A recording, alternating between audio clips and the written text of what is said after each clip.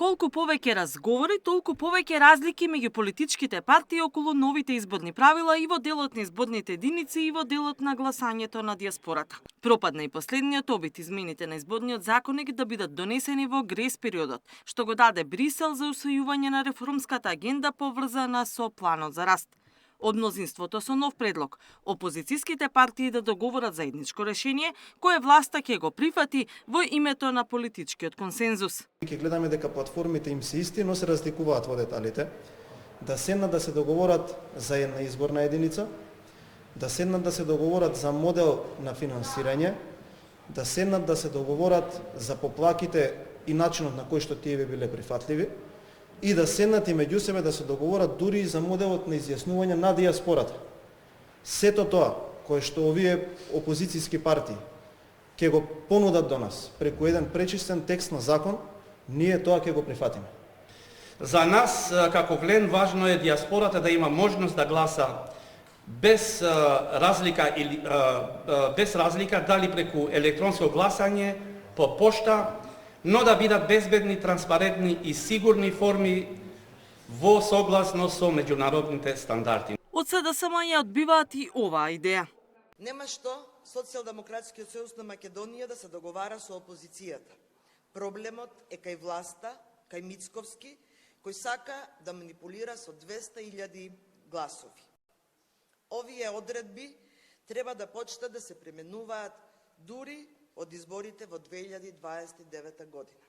Значи, има доволно време да се изгради сериозен, сигурен и кредибилен модел ни широка јавна дебата и политички консензус. Левица е задоволна тоа што власта прифаќа една изборна единица како што тие бараат. Сепак сметаат дека договор со останатиот дел од опозицијата е речиси невозможен. Не е тоа едноставна работа, гласање на диаспората, па ако сакате една изборна единица што може да се усогласи во едно попладне со пола час муабет, значи тоа се сериозни работи кои што треба месеци и месеци пеглање, разгледување на детали, безбедносни протоколи, така да речем и така натаму. Албанската опозиција со диаметрално спротивни ставови.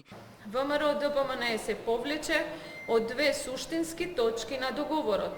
Прво, од електронското гласање на диаспората, барајќи гласањето да се спроведува по пошта, и второ, од договорот подзаконските акти на Државната изборна комисија, што се однесуваат на електронското гласање на диаспората, да се донесуваат со консензус. Диаспората да има право да гласа по електронски пат или по пошта, прифатливо е било кој од овие начини за нас, како Албанска лига, и за парламентарни, и за локални, и за председателски. Измените на изборните правила заглавија со речиси 14.000 опозицијски амандмани. И покрај тоа што неколку пати партиите седнаа на иста маса, договор се уште нема. Уставниот суд пак утре ќе расправа по иницијативата на Пасиев за неравномерното политичко рекламирање. Сличен предмет пред судот имаше и во 23-та на иницијатива на Павле Трајанов.